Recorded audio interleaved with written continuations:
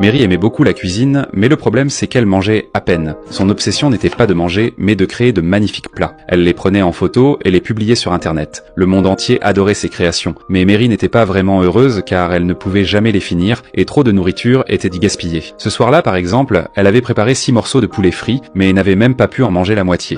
Elle garda le reste pour le déjeuner du lendemain. Au fond d'elle, Mary voulait que quelqu'un profite vraiment de son festin, et c'est alors qu'Amy apparut. À première vue, c'était une femme ordinaire, mais son appétit venait d'un autre monde. Un soir, au restaurant, Amy commanda un menu de poulet frit, mais son bol de riz n'était rempli qu'à moitié. Pendant ce temps, les clients masculins recevèrent des assiettes pleines de riz. Elle demanda donc au propriétaire pourquoi elle avait eu moins que les autres. Le propriétaire répondit qu'il lui en avait servi peu, pensant qu'elle ne pourrait pas tout finir. En entendant cela, Amy se mit en colère immédiatement, car elle avait payé le même prix. Pourquoi devrait-elle manger moins, simplement parce qu'elle était une femme? Elle prit son courage à deux mains et demanda une portion normale de riz. Il est vrai qu'il faut élever la voix contre l'injustice. Après avoir obtenu la portion souhaitée, elle la savoura avec bonheur, mais cela ne suffisait pas du tout à apaiser son estomac. En rentrant chez elle, elle acheta 4 seaux familiaux supplémentaires. Mais par malheur, sa voisine Mary la vit à ce moment-là. Intriguée, Mary lui demanda si elle préparait à manger pour une fête. Quand elle entendit Amy lui dire que tout cela était pour elle seule pour la première fois, Mary sentit qu'elle avait trouvé la compagne idéale pour partager un repas. Le lendemain, Mary acheta un grand morceau de poitrine de porc à la boutique. Une fois rentrée, elle coupa la viande en deux, ajouta des épices au curry et du poivre noir. Sans s'en rendre compte, elle avait préparé une énorme marmite de ragoût de viande, de quoi tenir une semaine. C'est alors qu'elle entendit les pas d'Amy s'approcher. Elle pensa que c'était une bonne occasion de mieux la connaître. Quand Amy entra, son regard se posa aussitôt sur l'immense plat de riz au porc. Mary expliqua maladroitement qu'elle en avait trop cuisiné et qu'il valait mieux partager.